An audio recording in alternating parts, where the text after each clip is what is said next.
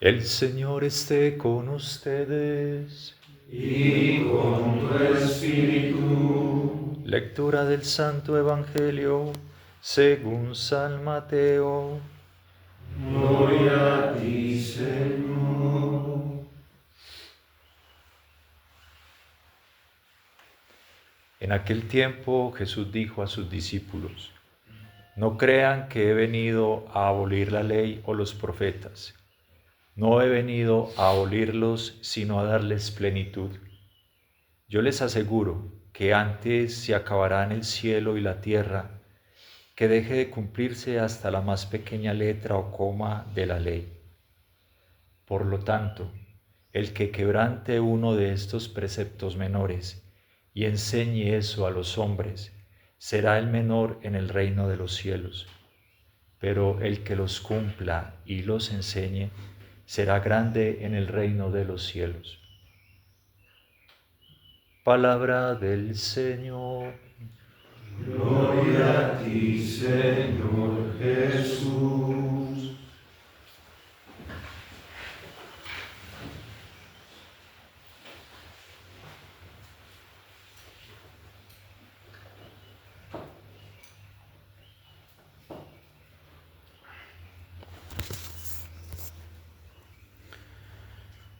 La época de oro de la filosofía griega, del pensamiento, del conocimiento y la sabiduría griega, se dio en la edad de tres grandes filósofos que fueron Sócrates, Platón y Aristóteles. De hecho, en la historia del pensamiento no hemos tenido un desarrollo más grande en el ámbito de la sabiduría, el crecimiento artístico, cultural, humano, e incluso algo también de crecimiento religioso bastante ambiguo, más que en aquella época. Ha sido una época de oro, tanto que incluso el cristianismo en algunos momentos de su desarrollo histórico se ha remitido a estas fuentes racionales. Y digo esto porque Aristóteles, que fue la síntesis de toda la filosofía antigua, llega a decir en un manual de convivencia que él escribe para aprender a ser mejores, vivir bien, para aprender a respetar a los otros, vivir una vida de respeto, de dignidad de sí mismo, en una obra que se llama Ética a Nicómaco, describe cómo se llega verdaderamente a esa vida, porque él fundamenta y sustenta de que todo ser humano tiene un deseo natural, un impulso natural en su interior de la felicidad. Y Aristóteles dice que la plenitud, la felicidad, la dicha que desea el corazón humano solamente se alcanza buscando el bien y no cualquier bien. Él habla del bien supremo. Hay que buscar el bien más elevado, el más alto, el más grande. Y dice que para alcanzar ese bien solamente se puede alcanzar a través de las virtudes cardinales. Es muy impresionante esto porque él no era cristiano, ni era judío, ni era religioso. Simplemente fue un hombre buscador de la verdad y además fue un hombre coherente con lo que hacía. No era esa fanfarronería de los filósofos demagogos, como lo eran los sofistas, que tenían una capacidad de hablar y de argumentación y decir cosas lindas y encantadoras, pero no vivían nada de lo que enseñaban. En ese contexto le tocó vivir a él. Así le tocó vivir a Sócrates, en medio de embaucadores que enredaban a la gente y le enseñaban poéticamente cosas maravillosas y hacían soñar, hacían llorar a la gente, la hacían vislumbrar, pero era pura hipocresía, porque ellos no eran coherentes con lo que hablaban. La grandeza de estos hombres fue el nivel de coherencia frente a lo que ellos enseñaban. Decían, pero la gente veía que en sus formas de vivir eran coherentes.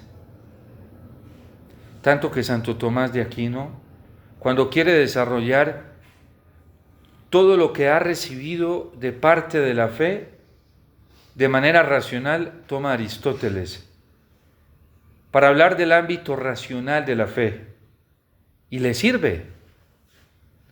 Hoy nuestra Iglesia, por ejemplo, todo el desarrollo de su exposición cristiana de la fe y de la moral tiene grandes argumentos racionales de estos hombres.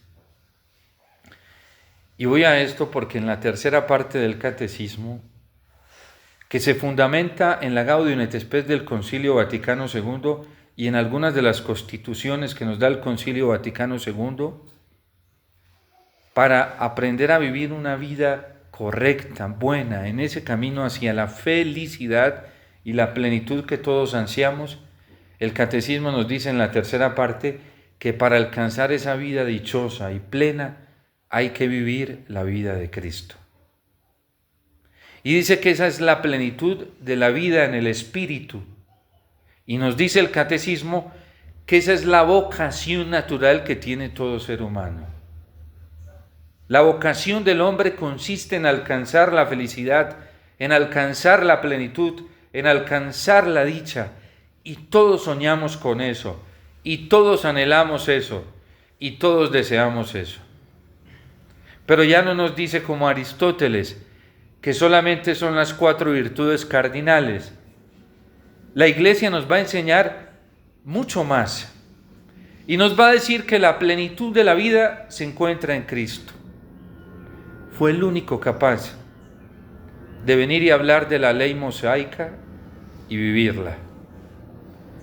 Por eso, para algunos se convirtió en un motivo de mucha esperanza y de gran esperanza, y para algunos dentro de la Iglesia, Cristo es nuestra gran esperanza, nuestra única alegría, nuestro gran entusiasmo. Pero para otros se convirtió en un dolor de cabeza. Para los hipócritas, para los mentirosos, para los que no buscaban con rectitud de corazón la verdad, para los que no eran limpios y sinceros en la búsqueda de la verdad, sino que tenían otros intereses. Y de ahí resulta que la moral de la Iglesia, o no de la Iglesia, la moral de Cristo, que la Iglesia predica, resulta siendo fastidiosa para algunos. Hablaba con un joven y él escuchaba esto con un impacto, una persona mundana. Y yo le decía, yo no sé por qué a la gente le fastidia tanto que le hablen hoy de la pureza. Si la pureza afectiva y sexual es lo más hermoso que hay. Y él, que había vivido todo esto, me decía, es cierto, padre, eso no debería costarnos. Eso no debería sonarnos a regaño o a maltrato. Si es un bien para nosotros, si es un regalo para nosotros, pero quien no quiere cambiar de corazón se siente sofocado, se siente amenazado, se siente acusado, se siente señalado, se siente condenado sin que nadie le haga esto. Es la hipocresía interior del corazón. Es la mentira en la que se quiere vivir. Resulta que hoy este mundo que habla tanto de la tolerancia, del amor al prójimo, del respeto, no consiente que le adviertan nada en contra de la dignidad propia de su persona. La gente cree que se realiza robando, siendo deshonesta, siendo embaucadora, siendo mentirosa. Y dígales algo para que vean. Comienzan a señalarte como intolerante, como acusador, como justiciero, justiciera, como condenador, como fanático, fanática, como exagerado o exagerada. Pero es que ya ellos tienen un camino de plenitud en la perdición, no en la dignidad de la persona humana.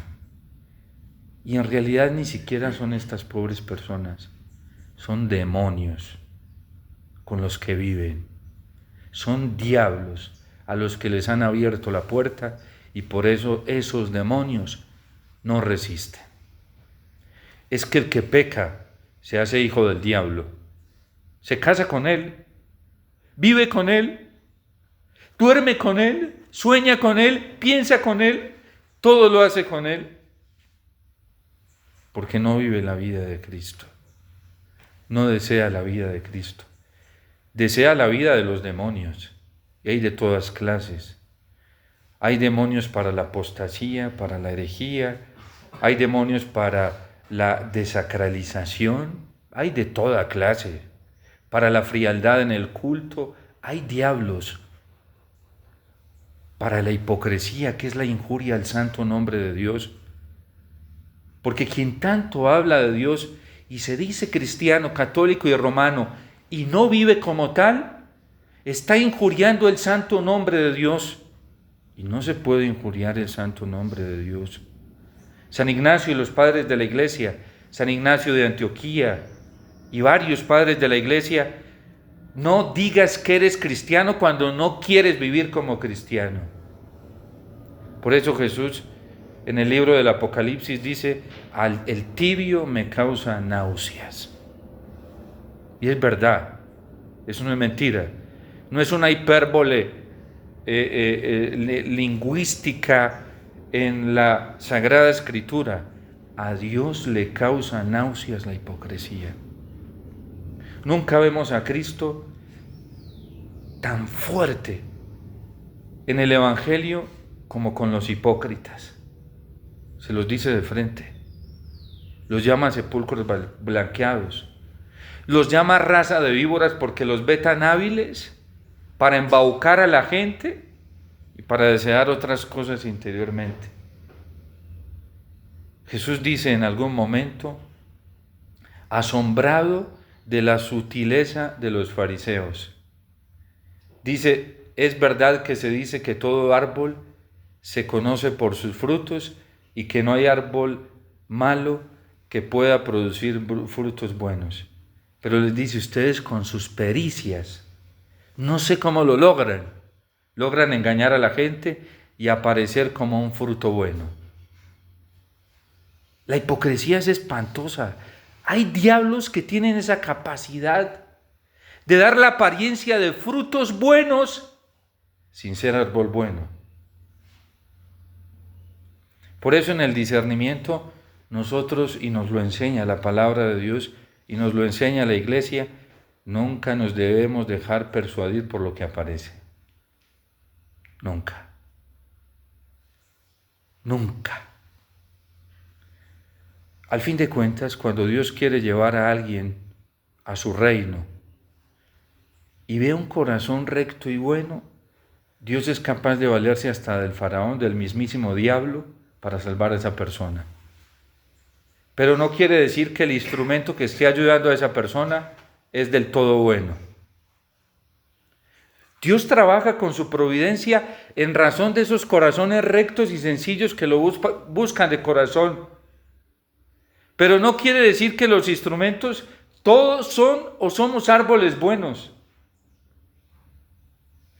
El árbol se conoce por la fidelidad al Señor, por la integridad de vida interior. Y eso nos enseña el catecismo en la tercera parte. Empieza precisamente hablándonos de la tendencia a las bienaventuranzas. Un verdadero cristiano siempre tiende a la pobreza. Siempre la busca, la ama. Como San Francisco de Asís, hermana pobreza.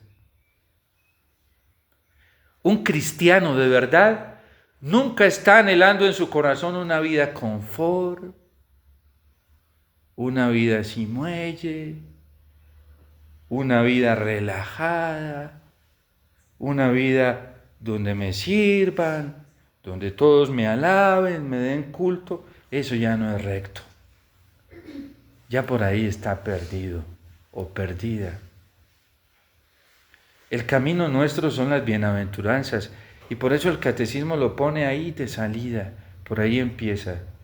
Bienaventurados los pobres de espíritu. Bienaventurados los limpios de corazón. Una persona que no es capaz con la pureza imaginativa, tampoco tiene puro el corazón.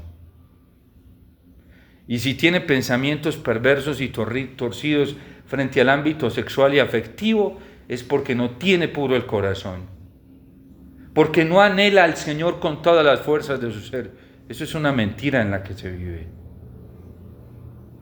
Porque quien tiene puro el corazón para amar al Señor, tiene pura la forma de pensar, tiene pura la forma de imaginar, tiene pura la forma de sentir.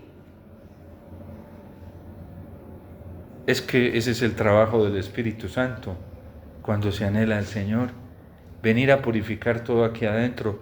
Y nos enseña la Iglesia que de aquí adentro es de donde sale el dominio para la razón y el dominio para los sentimientos y los sentidos. Las bienaventuranzas, que Cristo las vivió muy bien. Y luego viene el catecismo a enseñarnos la verdadera dignidad de la libertad humana. Una persona es libre cuando elige el bien, no cuando elige el mal. Las personas que tienden hacia el mal son esclavas del diablo y del mundo, no de Cristo. La libertad es para buscar, elegir solamente el bien y el bien mejor. Eso es lo que nos hace felices. Así nos lo señala la Gaudium et Spes del Concilio Vaticano II. La dignidad que hay en la conciencia de cada persona. La conciencia es sagrada porque allí es donde se manifiesta la ley natural y la ley de Dios. Pero hay conciencias torcidas por la mala formación que a veces se recibe. Y de esto lo advirtió San Juan Pablo II en la Veritatis Splendor, cuando en el capítulo 2 advierte de cómo ciertas tendencias formativas fueron educando en la autonomía de una conciencia que solamente se basa en la recta intención y no en las obras. Padre, yo tengo buena intención, pero está cometiendo pecados. Mentira. Porque el que tiene recta intención no peca. No peca. El que tiene pura su intención, jamás eso le da la garantía de no fallar.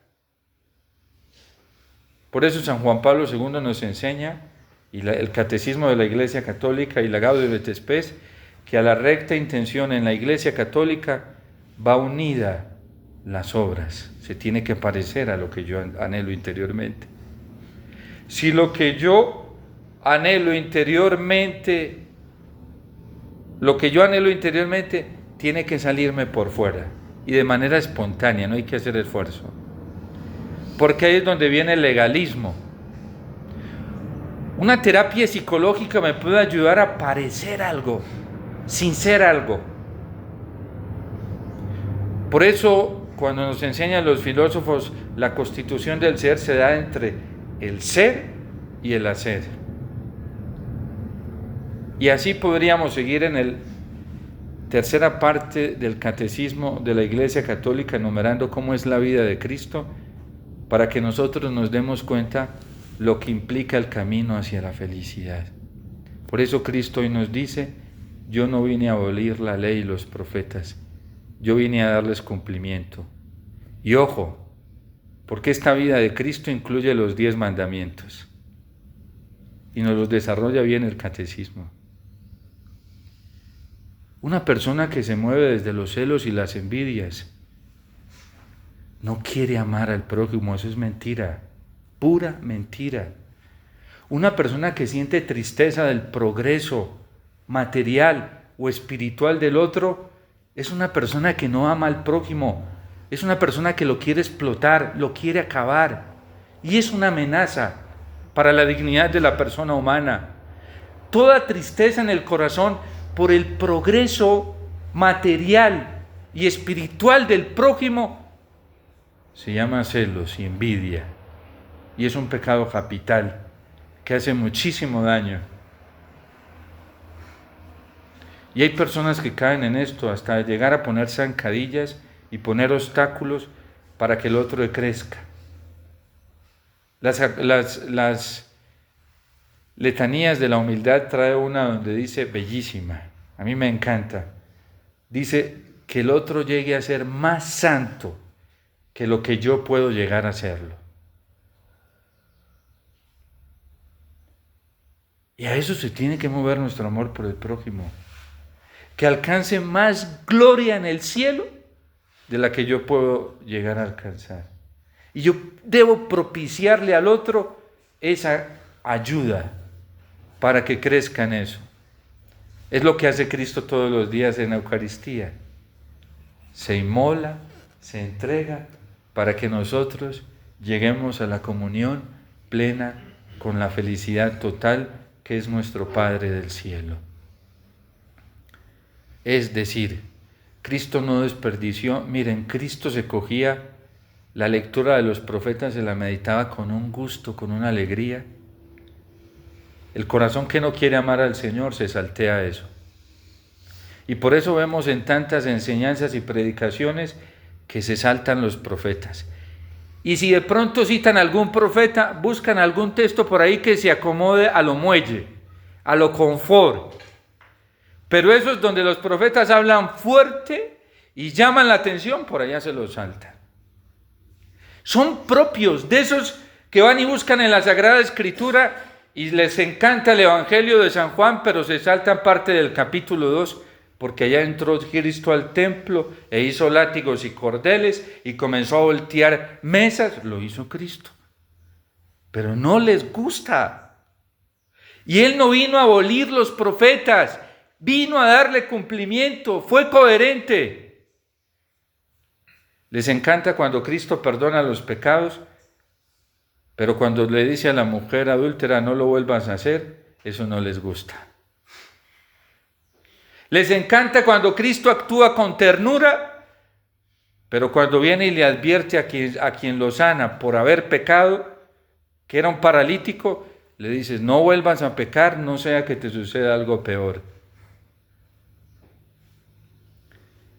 Les encantan las dulzuras de Cristo, pero no les gustan las advertencias de Cristo, que le habló a las 7 iglesias, y de las 7 en el libro del Apocalipsis, a 5 las encontró que no estaban viviendo de acuerdo a Él. Y les dijo, tengo algo en contra tuya. No les gusta ese maestro. No les gusta. Y por eso todo el que se salte una coma o una tilde de la ley, será el más pequeño en el reino de los cielos. Por eso el libro del Deuteronomio nos está diciendo, guárdalos y cúmplelos para que seas feliz. Y por eso el salmista está feliz de ser instruido directamente por el Señor, porque la única enseñanza justa, objetiva, verdadera, es la enseñanza del Señor. Y por eso la Iglesia hoy, en pleno siglo XXI, nos lo corrobora con el Catecismo de la Iglesia Católica, con el Concilio Vaticano II, para que nosotros no nos dejemos ganar de cuento y de carreta. Que hoy hay mucho así dentro de la Iglesia, mucho demagogo, a punta de ternura y compasión, sin una enseñanza objetiva de la ley, del Evangelio, mucho mentiroso y mentirosa dentro de la Iglesia, que están haciendo muchísimo daño. Que el Señor nos ayude primero a amarlo a Él y a buscarlo solamente a Él. Y que nos asista con su gracia para que seamos coherentes. Lo necesitamos. El mundo está anhelando esto en nosotros. Si el mundo nos ve coherentes, se convertirá rapidísimo. Los corazones se transformarán cuando nos vean fieles al Señor. Dios te salve María, llena eres de gracia, el Señor es contigo, bendita tú eres entre todas las mujeres y bendito es el fruto de tu vientre Jesús. Santa María,